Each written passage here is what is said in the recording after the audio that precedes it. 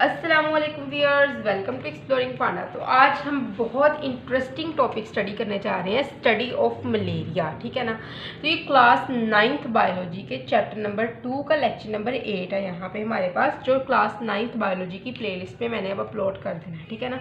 तो study of malaria एक बड़ा ही इंटरेस्टिंग टॉपिक है हमारे पास, जो हमने बायोलॉजिकल मेथड्स जो पीछे स्टडी किए थे ना, सारे recognition of the biological problem, ठीक है, उसके बाद ऑब्जर्वेशन देखी थी, फिर हाइपोथेसिस देखी थी, फिर रिडक्शन देखी थी, ठीक है, फिर उसके बाद एक्सपेरिमेंटेशन, समराइजेशन और रिपोर्टिंग ऑफ द रिजल्ट देखा था।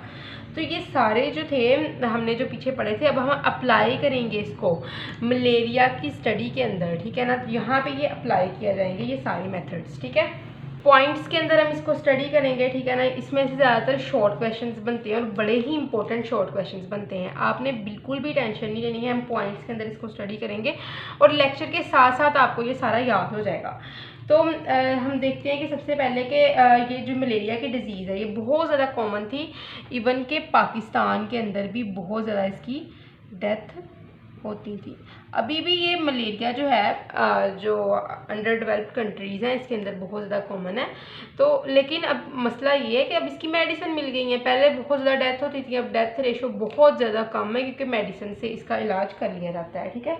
तो अब अगर हम हिस्ट्री में देखें कि ये देखने के लिए कि बायोलॉजिकल प्रॉब्लम्स जो हैं उसको किस तरह सॉल्व किया गया है, ठीक है ना, बायोलॉजिकल प्रॉब्लम्स को किस तरह हल किया गया है बायोलॉजिकल मेथड्स के ज़रिए। ठीक है ना।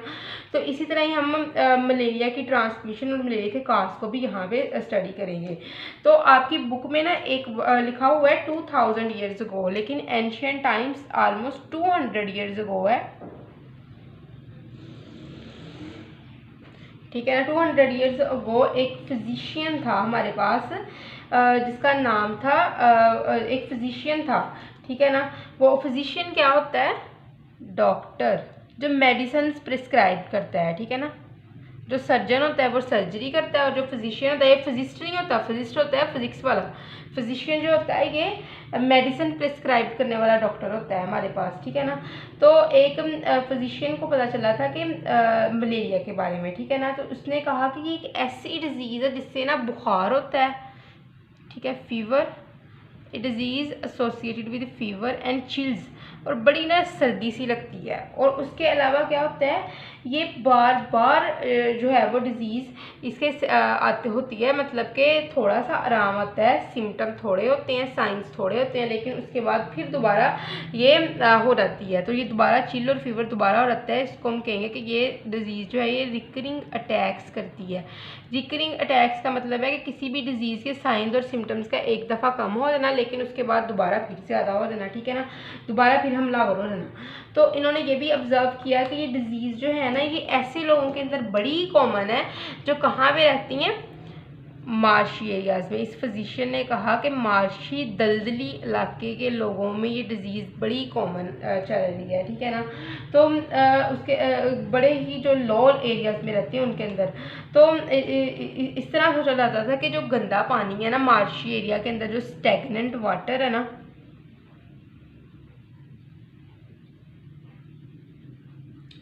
ये एयर को पॉइजनड कर देता है, एयर को गंदा कर देता है, जिसकी वजह से क्या होता है, जब लोग उस एयर के अंदर सांस लेते हैं ना, ठीक है ना, तो इनको मलेरिया हो जाता है। ठीक है ना। इस बैड एयर के अंदर, ठीक है, एयर क्या हो जाती है, bad, and people after breathing this bad air get malaria, लोगों को मलेरिया हो जाता है। ठीक है ना। तो ये सोचा जाता था इसी सोच की वजह से कि बैड एयर थी उससे मलेरिया होता है दलदली पानी के पास। ठीक है ना।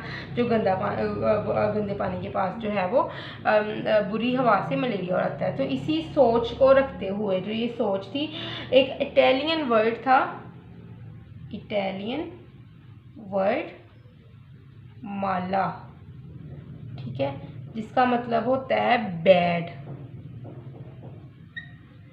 एंड एरिया जिसका मतलब होता है एयर, मतलब कि बैड एयर। तो मलेरिया वर्ड निकला है माला एरिया से, माला मतलब बैड और एरिया मतलब एयर। तो फर्दर क्लैरिफिकेशन के लिए इस ऑब्जर्वेशन की कुछ वॉलंटियर्स थे, कुछ वॉलंटियर्स कहते हैं जो लोग विलिंगली कोई काम करना चाहते हों। ठीक है ना।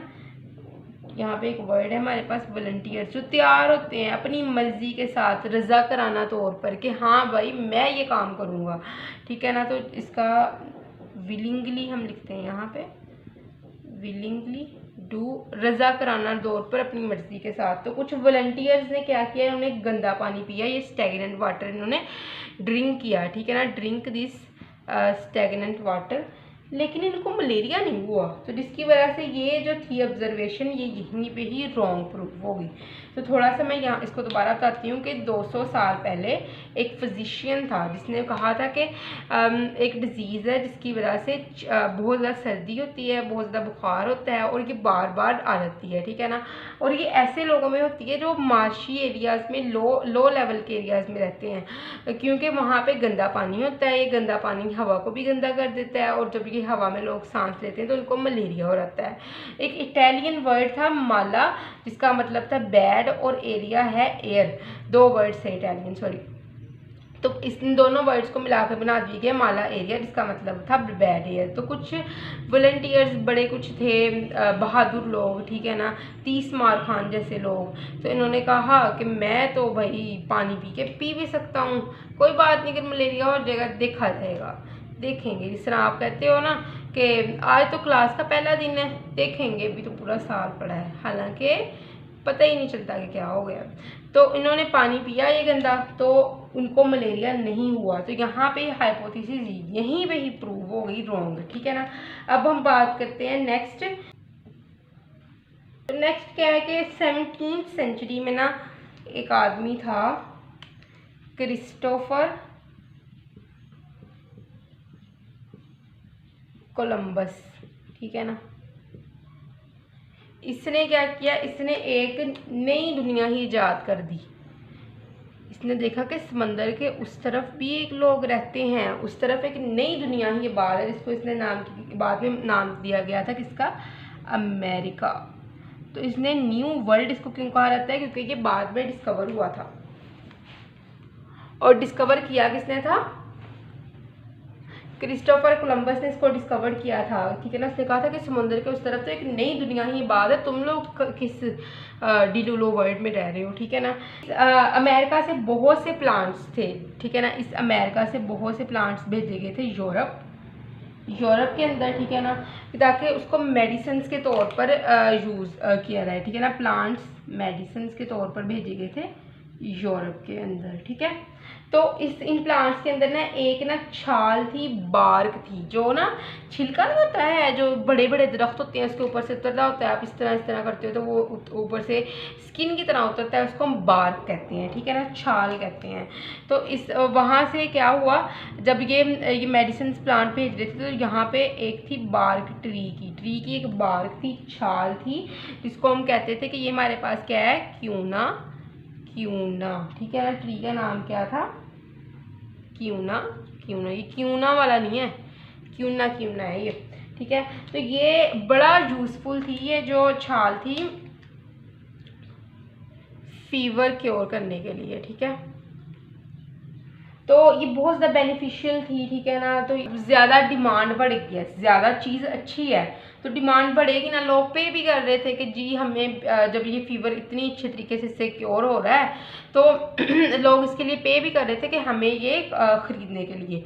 अब इसकी जो है वो क्वालिटी बहुत ज़्यादा थी, लेकिन क्वांटिटी कम हो गई क्योंकि लोग ज़्यादा यूज़ कर रहे थे इसको। अब कुछ ना बेईमान ताजर थे, डिसऑनेस्ट ताजर थे हमारे पास, डिसऑनेस्ट मर्चेंट्स।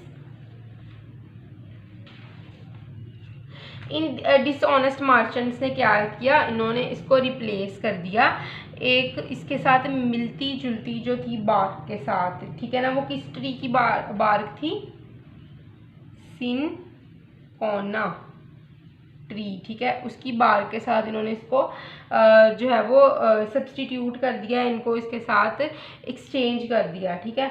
और ये क्लोजली रिजेंबल करती थी क्यूना के साथ, तो ये पहली दफ़ा, मैंने तो पहली दफ़ा ही सुना है हिस्ट्री में कि ये डिसऑनेस्टी थी ना, ये प्रूव हुई थी बहुत ज़्यादा फ़ायदेमंद, ठीक है ना, बहुत ज़्यादा फ़ायदेमंद हुई थी ये इंसानों के लिए, ये डिसऑनेस्टी। वैसे डिसऑनेस्टी कभी भी यूज़फुल नहीं प्रूव होती, आपने नहीं कोई डिसऑनेस्टी करनी, इसके अंदर हुई थी ये एक एक्सीडेंटल जो थी वो एक्सीडेंटल एक फ़ायदा था डिसऑनेस्टी के साथ। तो सिनकोना की जो बार्क थी ना, ये एक्सीलेंट थी मलेरिया के ट्रीटमेंट के लिए, इससे मलेरिया का ट्रीटमेंट बहुत अच्छे तरीके से हो रहा था। तो अब एक चीज़ पता थी कि सिनकोना ट्री मलेरिया क्योर करता है, ये नहीं था पता कि मलेरिया आया कहाँ से है, ठीक है ना। चलो जी, इलाज तो मिल गया ना, चलो बीमारी का भी हम पता लगा देंगे, इलाज मिल चुका था इसका।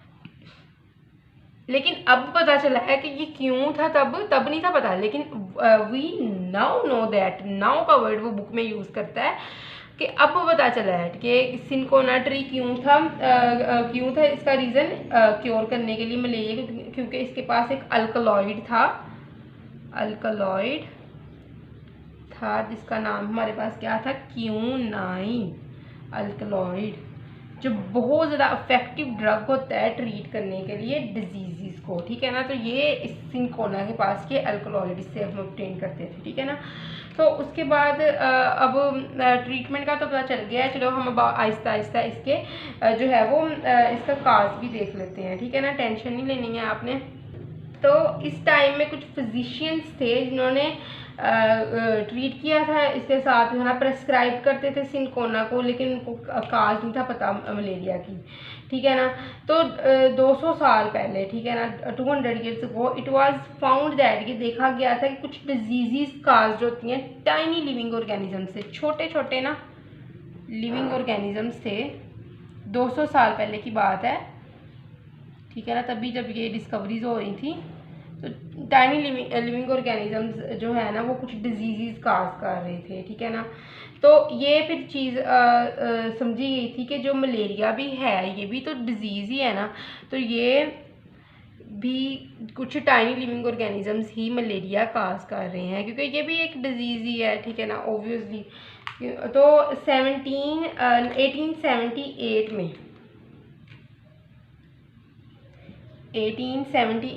में एक फ्रांस से ना एक आर्मी का जो है वो डॉक्टर था, फ्रेंच, ठीक है ना, फ्रांस की आर्मी डॉक्टर था, ठीक है ना, आर्मी फिजिशियन, नाम क्या था इसका, ये बड़ा इंपॉर्टेंट एमसीक्यूज भी और शॉर्ट क्वेश्चन भी है, लेवरन, ठीक है ना। लेवरन बंदा था ये एक, इसने ये सर्च किया कि मलेरिया का काज क्या है, उसको ज़रा सोच आई कि इतनी भयानक बीमारी का काज क्या हो सकता है। तो इसने एक छोटी सी जो है इसने अपनी माइक्रोस्कोप ली और थोड़ा सा ब्लड ना मलेरिया पेशेंट का लिया और उसको एग्जामिन किया, ठीक है ना, मलेरियल पेशेंट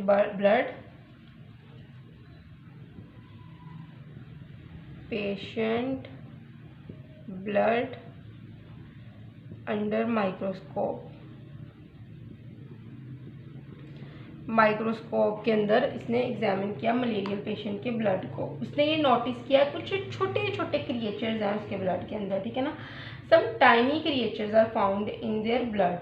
तो इसकी डिस्कवरी जो थी ना, ये दूसरे साइंटिस्ट ने यकीन नहीं किया, उन्होंने कहा कि तुमने देखे हैं, हमें क्या पता, इतना उन्होंने बिलीव कोई नहीं उसकी बात का किया है, ठीक है ना। तो कुछ 2 साल पहले, अब बातें छुप तो नहीं सकती ना, अब बातें खुल जाती हैं, तो पहले इसका बेचारे का नहीं था, ये क्वेश्चनिंग ही रहा, ठीक है ना। तो 2 साल बाद ना एक और फिजिशियन था, उसने सेम क्रिएचर देखा एक और मलेरियल पेशेंट के ब्लड में, 3 साल बाद फिर एक और ने देख लिया, ठीक है ना। सेकंड डिस्कवरी के बाद थर्ड डिस्कवरी हो गई, ठीक है। तो उसके बाद फिर इस जो क्रिएचर था ना, जो छोटे छोटे क्रिएचर थे, ठीक है, जो यहाँ पे माइक्रोस्कोप के अंदर देखे थे टाइनी क्रिएचर्स, अब नाम भी तो रखना था ना, नाम रख दिया गया जी इसका प्लाज्मोडियम, ठीक है ना। उन्होंने कहा ये तो प्लाज्मोडियम है, अच्छा, उसके बाद है 19th सेंचुरी में क्या हुआ कि कुछ जो है ना काज जो था मलेरिया का, ये सजेस्ट किया गया और कुछ ऑब्जर्वेशन दी गई, जिसमें से 4 ऑब्जर्वेशन है यहाँ पे। ये कब दी गई थी, यह बात आपने याद रखनी है। 19th सेंचुरी में जो ऑब्जर्वेशन दी गई थी वो मैं यहाँ लिखती हूँ। ये पहली ऑब्जर्वेशंस थी मलेरिया के बारे में, ये भी आपने याद रखना है बेटा, ठीक है ना। तो ऑब्जर्वेशंस, अच्छा इसके अंदर फर्स्ट है malaria and marshy areas have some relation. Malaria, ये बड़ा इंपॉर्टेंट शॉर्ट क्वेश्चन है। अच्छा, जो पहले ऑब्जर्वेशन दी गई थी मलेरिया के बारे में वो वाली है ये, ठीक है। Malaria and marshy areas have some relation, कोई ना कोई तो ताल्लुक है, पता चल जाएगा, पता लगाते हैं अब इसका दिया हम, ठीक है। अच्छा, दूसरा है हमारे पास Q9, ठीक है ना। Q9 is an effective drug for treating malaria. Q9 एक अफेक्टिव ड्रग है, ये बुक के ऊपर भी लिखा हुआ है, इसलिए मैं यहाँ पे अब जस्ट लाइंस वगैरह ड्रा करके आपको बता देती हूँ। Q9 एक अफेक्टिव ड्रग है, बहुत ही ज़्यादा काम करता है अगेंस्ट मलेरिया, ठीक है। Affective drug against malaria treatment, ठीक है। अच्छा, उसके बाद थर्ड हमारे पास है ड्रिंकिंग वाटर फ्रॉम मार्शीज, ठीक है ना। Marshes, drinking the water of the marshes does not cause malaria, ठीक है। ड्रिंकिंग वाटर, ठीक है, वाटर फ्रॉम मार्शीज, गंदा पानी पीने से जो है वो मलेरिया नहीं हुआ, ठीक है। फिर स्टेगनेंट वाटर का क्या ताल्लुक है मलेरिया के साथ, ठीक है, उसने ये भी बात कर दी थी, बड़ा चालाक था वो। तो उसके बाद क्या, Plasmodium is seen in the blood of the malarial patient. Plasmodium malarial patient के ब्लड में देखा गया है, ठीक है ना। मलेरियल पेशेंट, ये तो बड़ी अजीब सी बात है, क्रिएचर्स देखे गए हैं ब्लड के अंदर। तो नेक्स्ट अब हमने ऑब्जर्वेशन दे दी, अब हम देंगे यहाँ पे इसकी हाइपोथीसिस। ऑब्जर्वेशन दे दी थी, अब दे रहे हैं अब इसकी हाइपोथीसिस, ठीक है, टेंशन नहीं लेनी है आपने। तो हाइपोथीसिस में हम क्या देखते हैं कि plasmodium is the cause of malaria. मोडियम is cause of malaria, plasmodium ही फसाद की जड़ है, ठीक है, ये हाइपोथीसिस में कहा गया था। तो उसके बाद क्या है, हाइपोथीसिस से अब डिडक्शन भी तो लेनी है ना, कि नहीं लेनी डिडक्शन। तो डिडक्शन के अंदर क्या कहा जाता है कि अगर डिडक्शन में इफ और देन का यूज करते थे ना, इफ प्लाज्मोडियम, अगर प्लाज्मोडियम मलेरिया का काज है, ठीक है, ये तो मैंने आपको पहले भी बड़ी अच्छी तरीके से समझाया था पहले लेक्चर्स में। If the plasmodium is the cause of malaria then all persons ill with malaria, then all person ill with malaria should have plasmodium in their blood। जितने भी लोग मलेरिया से बीमार हैं उनके ब्लड में प्लाज्मोडियम होना चाहिए। कॉमन सेंस की बात है कि प्लाज्मोडियम जब काज है तो फिर मलेरियल पेशेंट के ब्लड के अंदर भी तो प्लाज्मोडियम दिखाओ ना, ठीक है ना। तो अब नेक्स्ट स्टेप बड़ा इंपॉर्टेंट स्टेप है, वो है एक्सपेरिमेंटेशन। तो वो मैं आपको बड़ी डिटेल से यहाँ पे समझाती हूँ। नेक्स्ट स्टेप बड़ा इंपॉर्टेंट स्टेप है एक्सपेरिमेंटेशन का। एक्सपेरिमेंटेशन,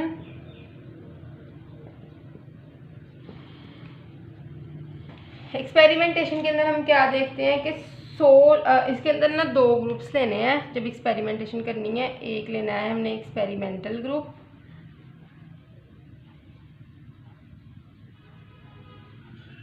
और दूसरा लेना है कंट्रोल ग्रुप, ठीक है। तो 100 मलेरियल पेशेंट को रखना है एक्सपेरिमेंटल ग्रुप के अंदर, ठीक है बेटा, और 100 हेल्दी पर्सन्स लेने हैं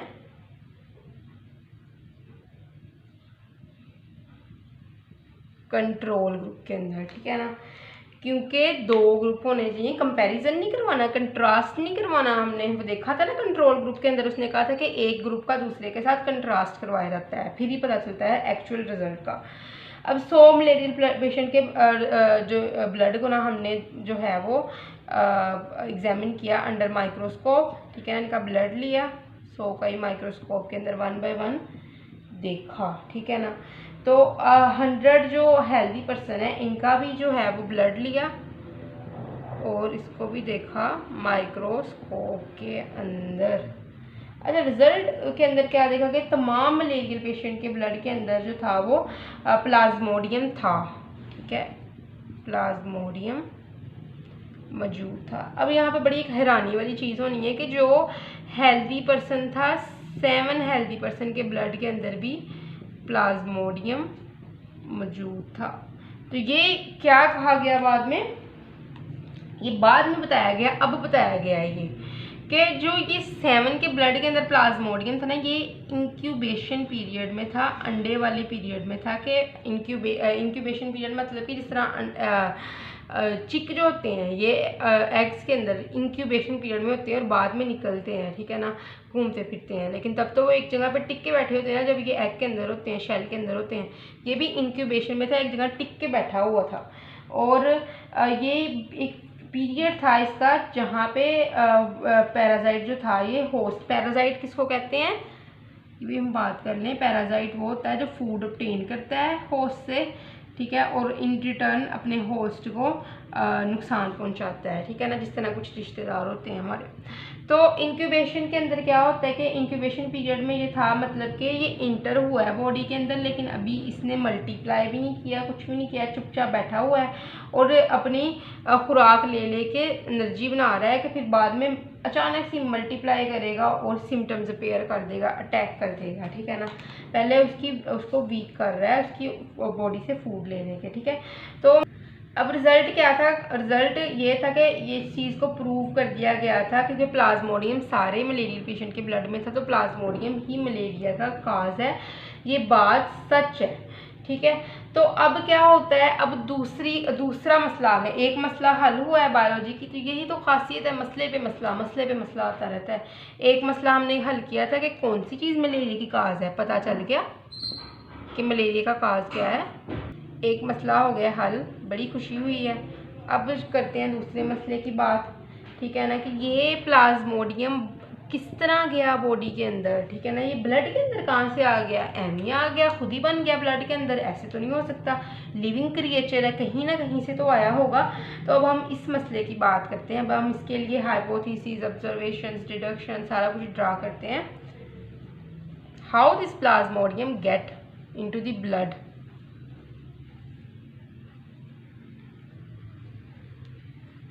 ठीक है।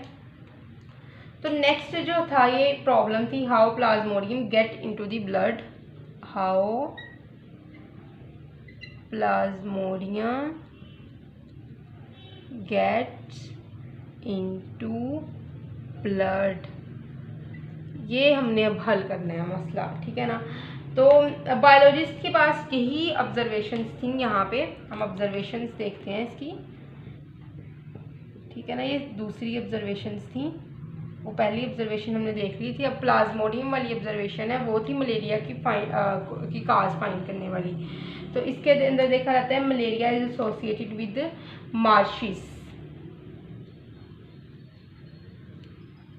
वो कहता है कि अभी भी मलेरिया जो है वो मार्शिस के साथ एसोसिएटेड है, कोई ना कोई तो ताल्लुक है। आप मुझे कमेंट सेक्शन में बताना, अभी वीडियो पॉज करके कमेंट सेक्शन में लिख के बताओ क्या ताल्लुक हो सकता है, देखते हैं आपका IQ लेवल कितना है, मैंने तो बता ही देना है। Malaria associated with marshes, drinking water of the marshes does not cause malaria, लेकिन इससे मलेरिया भी नहीं होता है, तो फिर ताल्लुक क्या है। Cause malaria. ठीक है, अब क्या होता है, अब क्या होता है कि एक साइंटिस्ट आता है हमारे पास, सॉरी फिजिशियन आता है हमारे पास, AFA किंग। इसकी ऑब्जर्वेशन बेटा इतनी इम्पोर्टेंट है ना, क्या आपको जब पेपर में आएंगे ना तभी पता चलेगा। ठीक है, AFA किंग, इसने ना ऑलमोस्ट दी थी 20 ऑब्जर्वेशन दी थी, जिसमें से जो इम्पोर्टेंट वाली है ना मैं वो यहाँ पे लिस्ट करने लगी हूँ। 1 2 3, ठीक है ना, 3 इम्पोर्टेंट यहाँ पे भी मैं लिस्ट करती हूँ आपके सामने। People who slept outdoor were more likely to get malaria than those who slept indoor. ठीक है, जो लोग बाहर सोते हैं ना उनको ज़्यादा मलेरिया हो सकता है as compare to those people जो कमरों में सोते हैं। ठीक है, अच्छा उसके अलावा ना जो नेट्स के अंदर सोते हैं ना, फाइन नेट्स का यूज़ करते हैं, मच्छरदानियों का यूज़ करते हैं, उनको मलेरिया जो है वो कम होता है ऐसे लोगों के मुकाबले में जो इसका यूज़ नहीं करते हैं। उसके बाद है लोग जो स्मोकी फायर के करीब सोते हैं ना उनको भी मलेरिया नहीं होता है एज़ कम्पेयर टू पीपल जो स्मोकी फायर के जो है वो दूर सोते हैं, खुले एरियाज में सोते हैं। ठीक है ना, ये लो नीचे की तरफ तीर का मतलब है कि लो चांसेस हैं, ऊपर की तरफ का मतलब है कि हाई चांसेस हैं। ठीक है, तो इस ऑब्जर्वेशन की बेस पे एक हाइपोथेसिस आई हमारे पास।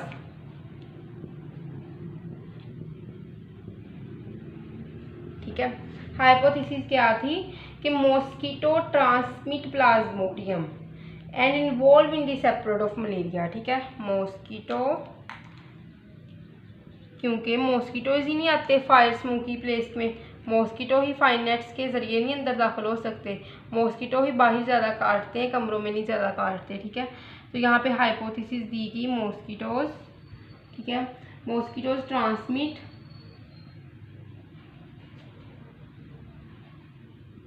प्लाज्मोडियम एंड इन्वॉल्व होते हैं इन स्प्रेड ऑफ मलेरिया।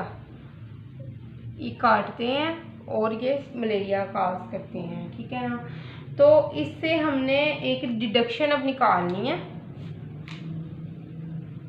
ठीक है, मैं ये इससे अब एक डिडक्शन निकलनी है इस हाइपोथेसिस से। अब हाइपोथेसिस होगी तो डिडक्शन भी तो निकलेगी ना।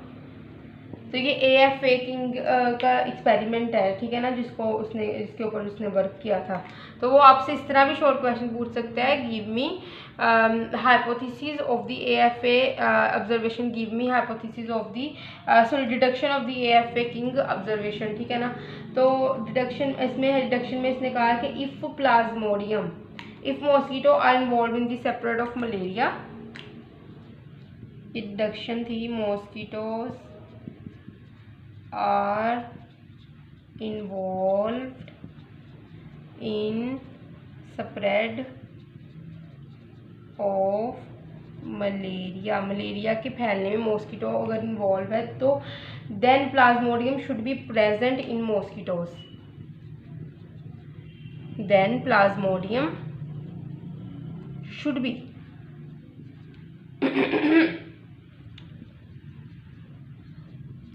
present in mosquitoes। तो जाहिर बात है ना कि जब वो मॉस्किटोज के अंदर पाया जाएगा प्लाज्मोडियम तभी तो फिर मॉस्किटो ट्रांसमिट करेगा, यही डिडक्शन थी इसकी। ठीक है ना, तो उसके बाद क्या हुआ कि plasmodium, a mosquito can get plasmodium by biting a malarial patient. ठीक है ना, ये चीज़ रखेगी। अब इसको नेक्स्ट कंटिन्यू किया किसने, रोनाल्ड रॉस ने। उसकी अब हम बात करते हैं। ये सारी डिडक्शन ऑब्जर्वेशंस एक्सपेरिमेंट जो थे ना ये थे किसके, AFA किंग के। ठीक है ना, जो हमने अभी बात की। अब हम बात करते हैं रोनाल्ड रॉस की। अच्छा, साइंटिस्ट जो है सॉरी फिजिशियंस हैं, इनके नाम याद रखने हैं, बहुत इंपॉर्टेंट है। इसमें से शॉर्ट क्वेश्चंस बड़े इंपॉर्टेंट आपको आने हैं। ठीक है ना, आंखें और दिमाग खोल के जो है नोट डाउन करो इसको। और अच्छे तरीके से याद करो, ठीक है। तो अबव डिडक्शन जो दी थी इफ और देन वाली, रोनाल्ड रॉस, ये भी एक ब्रिटिश आर्मी फिजिशियन था, रोनाल्ड रॉस, ठीक है। ये बरतानिया में था आर्मी फिजिशियन, ठीक है, ब्रिटिश आर्मी फिजिशियन था। इन्होंने इस ब्रिटिश आर्मी फिजिशियन ने इसने इंडिया के अंदर वर्क किया था, ठीक है। ये इंडिया के अंदर इसने काम किया था और ये देखने के लिए, तो इसने इंडिया के अंदर काम किया था। इसने एक इम्पोर्टेंट एक्सपेरिमेंट परफॉर्म किया था, ठीक है ना। इसने एक फीमेल एनोफिल्स थी मॉस्किटो, वो ली थी। फीमेल ही क्यों ली थी? क्योंकि फीमेल साइड बॉक्स में आपके लिखा हुआ है कि फीमेल को ज़रूरत होती है अपने एग्स की मेच्योरेशन के लिए, ब्लड की ज़रूरत होती है, ठीक है ना। फीमेल्स को ब्लड की ज़रूरत होती है फॉर देयर एग मेच्योरेशन, तो इसलिए फीमेल ही काटती हैं, ठीक है ना। मेल्स बेचारे मासूम होते हैं, तो आप तो ये कहोगे। तो फीमेल एनोफिल्स जो थी ना, ये क्या करती है, इस मॉस्किटो ने बाइट किया एक मलेरियल पेशेंट को, मलेरियल पेशेंट, ठीक है, काट लिया बेचारे को, वो तो पहले से ही मरा पड़ा था। अच्छा, उसने इसने बाद में इसको भी किल कर दिया और देखा इसका स्टमक, ठीक है ना। तो इसके स्टमक के अंदर ना प्लाज्मोडियम मल्टीप्लाई हुए थे, ठीक है ना। प्लाज्मोडियम की बहुत ज़्यादा मल्टीप्लिकेशन हुई थी इसके स्टमक के अंदर, ठीक है। तो नेक्स्ट क्या था कि नेक्स्ट एक एक्सपेरिमेंट था जिसके अंदर एक इन्फेक्टेड मॉस्किटो को बाइट करवाना था हेल्दी पर्सन को, ठीक है ना। तो एक इन्फेक्टेड मॉस्किटो लेके हेल्दी पर्सन को बाइट करवाना था, मतलब उस मॉस्किटो के पास पहले से ही, ये तो नॉर्मल था मॉस्किटो जिसको मलेरियल पेशेंट को बाइट करवाया था, लेकिन इसके अंदर क्या था, अब उसको मारना नहीं था, अब किल किए बगैर उस जो है वो अब जो हमारे पास मॉस्किटो था, इन्फेक्टेड मॉस्किटो, मतलब जिसके पास प्लाज्मोडियम पहले से मौजूद था, उसको बाइट करवाना था हेल्दी पर्सन को, ठीक है। तो अब क्या हुआ, अगर ये हाइपोथेसिस करेक्ट हुई तो हेल्दी पर्सन को मलेरिया हो जाएगा, ठीक है। तो लेकिन यहाँ पे अब ह्यूमंस को यूज़ करना नहीं था, क्योंकि ये कॉन्सिक्वेंसेस जो थे, वो नतीजा जो था वो सीरियस भी हो सकता था। तो रोज़ ने यूज़ किया एक स्पैरो को, बेचारी स्पैरो,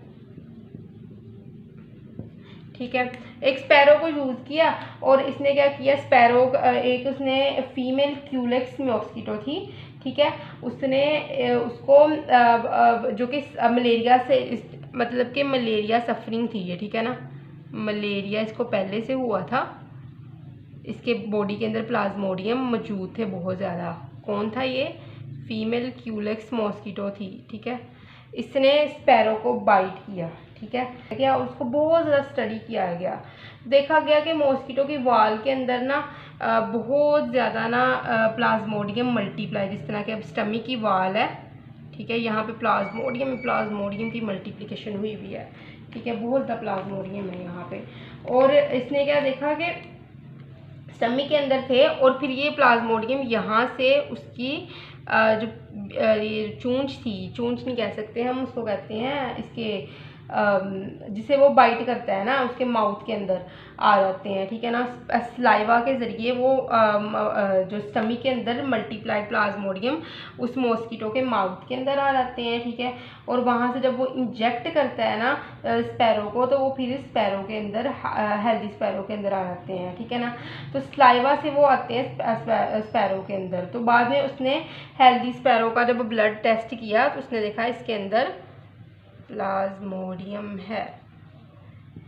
पहले एक मलेरियल सफरिंग फीमेल क्यूलेक्स को लिया, ठीक है ना, तो उसके बाद देखा कि उसकी स्टमक के अंदर, बाद में मारने के बाद देखा, पहले इसको अलाउ किया कि स्पैरो को ये बाइट कर ले। जब इसने इसको बाइट किया तो इसके स्टमक के अंदर जो मल्टीप्लाइड प्लाज्मोडियम थे ना, वो उसकी जो इंजेक्शन टाइप स्ट्रक्चर होता है उसका, ठीक है ना, उसके ज़रिए उसने इंजेक्ट कर दिया माउथ से, स्लाइवा के ज़रिए माउथ में आया और उसमें प्लाज्मोडियम स्पैरो के अंदर इंजेक्ट कर दिया और स्पैरो जो थी बेचारी बीमार हो गई। और बाद में इसको मार के देखा तो उसके मॉस्किटो के पेट में बहुत ज़्यादा स्टमक की वाल्स के साथ प्लाज्मोडियम मल्टीप्लाई हुआ था। अब एंड पे क्या देखा कि ये हाइपोथेसिस जो है ये दोबारा इसको डायरेक्ट ह्यूमंस के ऊपर अप्लाई किया, ठीक है ना, क्योंकि ह्यूमंस को ज़्यादा बीमार हो रहे थे, इसके साथ मर रहे थे, ह्यूमंस के ऊपर इसको अप्लाई किया गया। अब डायरेक्ट इसको अप्लाई करना है ह्यूमंस के अंदर। तो ये किस बहादुर इंसान ने किया, ये इटली का था, इटालियन बायोलॉजिस्ट था जिसका नाम जिसने इसको डायरेक्ट ह्यूमंस के ऊपर अप्लाई किया। उसने एनोफिल्स मॉस्किटो ली, ठीक है। एनोफिल मॉस्किटो जो थी ये इसने इसको अलाउ किया कि ये एक मलेरियल पेशेंट को बाइट करे, ठीक है, मलेरियल पेशेंट को बाइट करे, ठीक है। इसकी बॉडी के अंदर जो अब आ गई हैं प्लाज्मोडियम एनोफिल्स की, ठीक है, ये खुद इन्फेक्ट हो चुकी है जब बाइट करने के बाद, ठीक है। फिर उसने कहा कि हेल्दी पर्सन को बाइट करे, जब हेल्दी पर्सन को ये बाइट करेगी तो हेल्दी पर्सन को भी मलेरिया हो जाएगा, ठीक है। तो इसी तरह पता चला कि मॉस्किटो ही ट्रांसमिट करता है अपने सलाइवा के ज़रिए, जो इसकी बॉडी इसके स्टमक के अंदर प्लाज्मोडियम मल्टीप्लाई होता है, ठीक है। मॉस्किटो ट्रांसमिट करता है मलेरिया को एक मलेरियल पेशेंट से दूसरे मलेरियल पेशेंट तक, ठीक है ना। मॉस्किटो के अपने अंदर कोई नहीं प्लाज्मोडियम बनता है, ये प्लाज्मोडियम लेता है एक मलेरियल पेशेंट से, ठीक है। उसके बाद ये हेल्दी पेशेंट को हेल्दी पर्सन को जो बाइट करता है मॉस्किटो, और हेल्दी पर्सन के अंदर भी इस मलेरियल पेशेंट का प्लाज्मोडियम ट्रांसफ़र कर देता है और उसको भी मलेरिया हो जाता है, ठीक है। तो आई होप सो कि आपको स्टडी ऑफ मलेरिया की समझ लगी होगी, लेकिन अगर किसी भी किस्म के कन्फ्यूजन आप कमेंट सेक्शन पूछ सकते हैं। थैंक यू सो मच, अल्लाह हाफिज़।